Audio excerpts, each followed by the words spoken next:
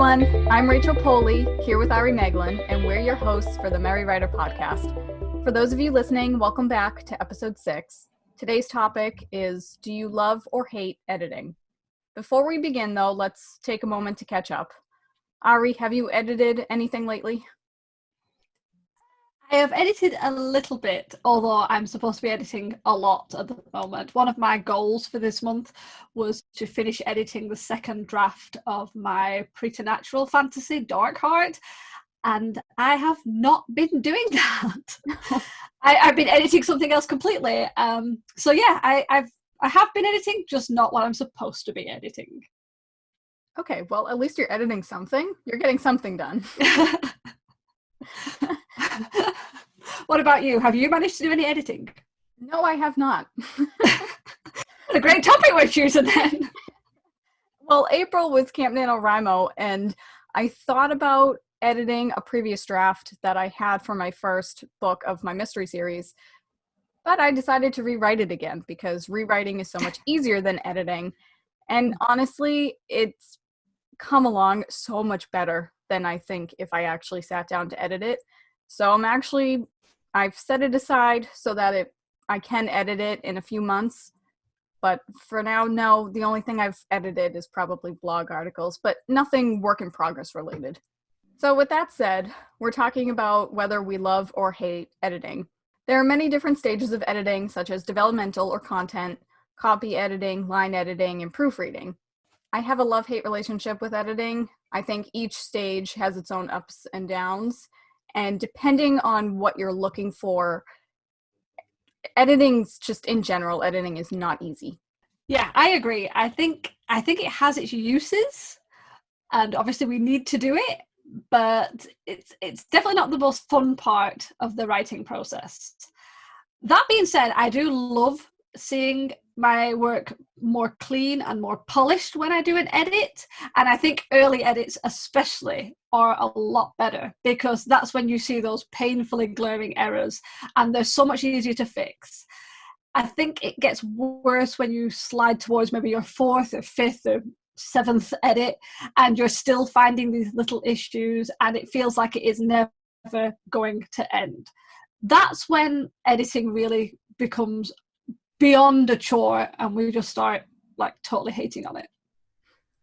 Yeah, well, that's the thing. Editing is so satisfying when you're done with it.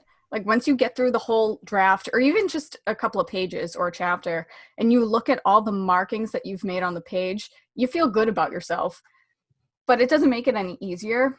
And I do agree that the early edits are so easy because you find all the typos you made. And it's amazing how many typos you can make without realizing it as you write. But then once you edit the 4th draft, the 5th draft, and so on, you know, the manuscript is cleaner, but there's still so much to look at. And those typos are scarce and it's harder to edit. And then at that point, you've edited so much that you just want it to be done. Yes. I think when I know I'm close to finishing editing is usually when I add a line in and then 2 lines down, I find the exact same line. Yep. I've done that so often. And then I'm having to constantly go back and forward and take out lines I've just added in. Now, I did used to be very bad and I would edit as I went. I definitely think that's a bad way of doing it now, and that is totally my personal opinion. I know some people are happy to edit as they go, and by this I don't mean you write a whole chapter and then you go back and edit that whole chapter and move on. That's not what I'm talking about. I'm talking about you write 3 lines, stop in the middle of the 4th, go back, edit 3 lines, start again, and you just repeat that over and over, never feeling like you're getting anywhere, and it totally messes up the flow. And it used to keep me trapped in editing circles. And I am really trying hard not to do that now. Yeah, that's fair. Honestly, I've never had that problem. Every time I write, I've never tried to edit as I wrote. There would be little things here and there. If I caught a typo, I would go back and I'd fix that. But I wouldn't clean up any sentences or decide, oh, this paragraph might actually be better suited if I put it over here. But with that said, because I didn't edit while I wrote, my first draft edits, they were never actual edits. It was always proofreading. And I would get through my entire manuscript in just a few weeks, and I'd be so proud of myself. And then I would look at the actual draft and it would be no different than when it was before. And that was why I hated editing, because in the back of my mind, I didn't know how to edit, and it was so frustrating. I would proofread and catch all the typos and fix the spelling errors and fix all the times that I spelled my protagonist's name wrong, but it never improved the actual story. Well, I think you hit something really well, not knowing how to edit. I think we have this idea that writers automatically know how to edit, and we don't. It's like anything else. We have to learn how to do that. And because there are different types of editing methods and different types of editing, which you mentioned early on, like the developmental and structural, the content and the line edit, whereas most people just kind of get trapped in this quick proofread. And I think being aware of the different type of editing methods and setting up systems so that you can move through each of those methods at different stages and technically in a good order, I think that makes all the difference to getting through your drafts and for them to be looking better. Yeah, I agree. Editing is so much trial and error, and there are the different stages of editing, such as developmental and line editing and so on and so forth. But there are also different methods to use in order to go through those different stages. But with that said, there are a lot of editing resources out there, such as blogs and websites, and even just editing books that you can find at, your bookstore or the library. But no matter what stage of editing you're on, whether it's easy or difficult, whether you know what you're doing or not, you need to keep going, because the only way you're going to learn how to edit is if you keep editing and you do your research and, you say, okay, developmental editing, I'm supposed to be looking at the character development. I'm supposed to be looking at how the plot is developing. Whereas line edits, you're supposed to, take it line by line and say, does this sentence make sense? Does this move the plot forward? Does it set the scene correctly? But on the flip side, I also think you need to know when to quit, because for me, whenever I edit, I will mark up the pages so much, and the first 5 or so pages will just be riddled with ink, and then I get to a point where I start making less and less marks on each page, and before I know it, I'm 20 pages in with only a couple of tick marks here and there. And that's when I realized that, okay, my brain clearly needs a break from editing, and I need to stop for the day, or at least take a couple of hours for a break. And then when I get back to it, instead of picking up where I left off, I'll go back to where I stopped making all of those markings and basically start again and make sure that I'm really giving it a thorough edit. Yeah, I have to admit, I sometimes get trapped in the when should I stop. One of the tricks of editing I found is, firstly, print it out. You need to look at it off the screen. And secondly, change the font size just by 1 or 2 sizes, or even change the font style. So if you use Arial, switch to Times New Roman. And apparently that small change will make you see things that you've been overlooking, because we all do it. We all read through and read through and read through, and you can miss the same error 6 times, and then somebody else reads it and spots it. And that sort of blindness, that like editing blindness, can happen. But apparently if you make a change and you change the text size or the text font, it's just enough that you catch those extra errors.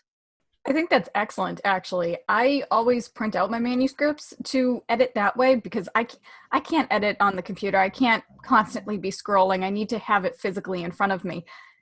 And when I'm writing, if I get stuck, I'll change the font size or the font itself, or even the color of the font. And for some reason, that tricks your brain into thinking you're doing something else, and the words start flowing again. But I never thought to, do that for editing, which that's something I'm definitely going to have to try now. Maybe my editing will go a lot smoother. It's these little tricks to catch the smaller errors, not the first draft where you catch everything. It's when you keep going through and you've been through 6 times and you still find the odd spelling mistake. It's things like that changing the font will catch. I think we've all done it where you do something online, like a application form, and then you click send, and just as you send it, it changes on the screen, and then you notice a spelling error, but it's gone. It's the same thing with editing. We just make a small change and you just start seeing things differently. And I have to admit, I do love printing it out, probably because I like red ink. And I always have to get the red pen on a double-spaced manuscript, and then I can scribble all over it and put marks. And I think that is one of the best ways to do editing. And then you can type them all up, you know, put your corrections back in the manuscript. I know a lot of people seem to like track changes on Word. And I think that's okay, but I do think at least one of your edits should be done off the screen if possible. It will make a difference. Yeah, I agree. Off-screen edits, they really do make a difference. And I've tried track changes before, and I didn't really care too much for it. And it's not even hard to figure out, but it just didn't work for me. I actually like editing on Google Docs a lot better than, you know, track changes on Microsoft Word. But still, I would prefer to have the printed copy in front of me. And it's funny that you mention red pens, because one of the things I was going to mention is I used to hate editing, but now I actually enjoy editing because I found a method that works for me, and it's colored pens. It's not necessarily a red pen, but I started using the rainbow method for all of my edits, where I just have a collection of different colored pens, and each color is assigned a different task. Like blue, for example, is to keep track of all my characters and make sure that they're developing correctly.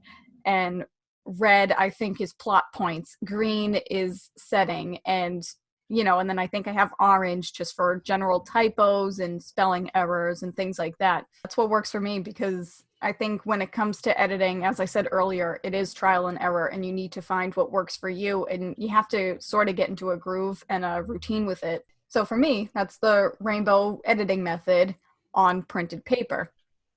Ari, what about you? How do you typically edit your novels? I have a system of doing 3 main edits that are personal edits for myself. The first one is structural edit, and I will mostly do that online, just as usually in my second draft. Then after the second draft, I will print that out and I'll do another quick structural edit. Then I do a copy edit, and then I do a line edit. And between each one of those, once I've made the edits on the paper, I will go back to the computer, add them all in, take a break, and then I'll do another edit, a different edit. And by a break, I mean like a couple of days. I need to separate myself from the whip before I go back. After the line edit, I then do a final read through, and at that point is when it usually ends up going to my alpha reader. And that's how I do I mean, there's usually a lot more edits after that as well. I don't just do 3 edits and that's it. Usually after my alpha readers had it, it comes back to me and it goes through another 3 or 4 edits. But yeah, that's the main. I always try and do in that order. I try and get the big issues out of the way first, the structural issues, the big plot holes. Then I do my copy edit and then my line edit. I wouldn't want to try and do a line edit too early on, because you could end up making all these small changes and then have to rip them out when you go back to do a structural edit. So I think having a specific order is important, and that's how I do it. Yeah, I like that. That's a good routine to have. See, I printed out a checklist that, I mean, at the top of my head, I can't remember what's on the checklist, but, you know, it has like editing the first draft and then editing the second draft. Because for me, in between edits, I typically take about a month-long break. Wait, you said you take just a couple of days. Yes. But for me, like, I feel like I need to step far, far away for a little while. So I typically take about a month, and during that month, you know, I work on other things, but it allows me to really come back with a fresh mind when that month is up. I go through the second round of edits, and I usually, like, I use the rainbow method first. When the rainbow editing method is done, I will then go through each stage of editing, such as the developmental, and I will just focus on one color at a time. And I will go through developmental and then line edits, or, you know, whatever the order is I use. And then once that's all set, because it comes to a certain point where I've edited so much, and yet at the same time, I'm still not ready for it to see the light of day yet. So I actually haven't gotten to the point where I need beta readers yet. that's like way at the bottom of my checklist, because I'm like, I need to do like 6 rounds of edits before I let anybody else read it. I think that's important though, because like I've beta read for some people, and I've had lots of different people give me manuscripts at different levels. I think you do need to have gone through several edits before it ends up with a beta reader. You don't want them to have to do large amounts of editing for you as you go through. And I have found that with some of the work I've been given to look at, usually just in small chunks. I've had manuscripts come to me that have needed so much extra work. And I think it was because they've only had like a couple of quick passes, and it's been harder and harder to read through because things like developmental issues have not been caught. And really, most of that should be caught before it even hits a beta reader. I mean, obviously, like anything, beta readers, alpha readers, critique partners, they will still catch things. You know, if there is a structural issue or a developmental issue or a big plot hole that you may have missed. But at other times, certain things definitely need to have been caught early enough so that it's mostly clean when it comes to the beta reader. That way they can become immersed in the story and sort of feel the flow, rather than having to stop every 2 minutes to catch problems that probably could have been caught earlier. Yeah, I think a lot of people have a different definition of what a beta reader is supposed to do and what they're not supposed to do. But I also think some writers, when they send it to their beta readers, in their mind, I think they've already done so much editing that they can't catch anything else. So they send it off to somebody else and they're just like, here, like, fix this. Like, we're not, like, I don't want you to fix it. Like, tell me what to fix. Like, tell me your thoughts. And I think it's just, sometimes when you step back and take that break, you feel you should still be working on it. So at least if you send it to somebody else, you can say to yourself, all right, well, I'm taking a break from this because like it's still being worked on. Somebody else is reading it. It's fine. And then you get it back and you realize, oh, wow, I really missed a lot. Sometimes it's easy to have that mentality when you've edited so much. You're like, oh, this is great. This is beautiful. This is a work of art. And then you send it to somebody else and you realize that you really didn't put as many edits in it as you should have. But it's easy to miss. Editing's hard. I said that before. Editing is just hard. I think that's why it has to be, I think like how we have structures to do a certain number of edits, a certain system. I think that is a real necessity for writers. I think having some sort of, almost like a checklist, saying, yes, I've done a developmental edit, yes, I've done a copy edit, rather than just, I've done 2 or 3 passes, it's fine. I think having some sort of acknowledgement of the types of edits you can do and then working through them means that when you do come to critique partners, you do come to beta readers, you're probably in a better position, because even if they catch stuff, because they're supposed to catch stuff, you know, if it was perfect, that would be wonderful. But at least then, you know, they'll send it back and it won't look like they've just, you know, sliced into it with all the red ink. I think if we stick to some sort of structure or method that can get us through enough edits to make it passable, we'll do with passable. Right. Yeah. And it makes you feel accomplished. It makes you feel like you've done something. And editing is such a daunting task that if you have that list and you work through it, you can feel like you're accomplishing something and you are making progress. And yeah, your manuscript might still suck after, you know, 5 drafts, but you could say, hey, I'm still working through it and it's better than it was before. And that's all that matters. Definitely. On that note, I think that's going to be it for this episode. Let us know if you love or hate editing in the comments below or on Twitter using the hashtag #TheMerryWriterPodcast. We hope you enjoyed this episode, and you can follow and subscribe to the podcast on your favorite sites such as Podbean, iTunes, Spotify, and many more. If you do follow us on YouTube, please consider clicking the like button. We'd really appreciate it. Also, subscribe and click the bell for notifications. So tune in next week for another episode of the Merry Writer Podcast, where we ask all the right questions. Thanks for listening. Bye. Bye. This podcast is brought to you by Shiny Objects. We are easily distracted. The music, titled Inspired, is by Kevin MacLeod, licensed under Creative Commons 4.0.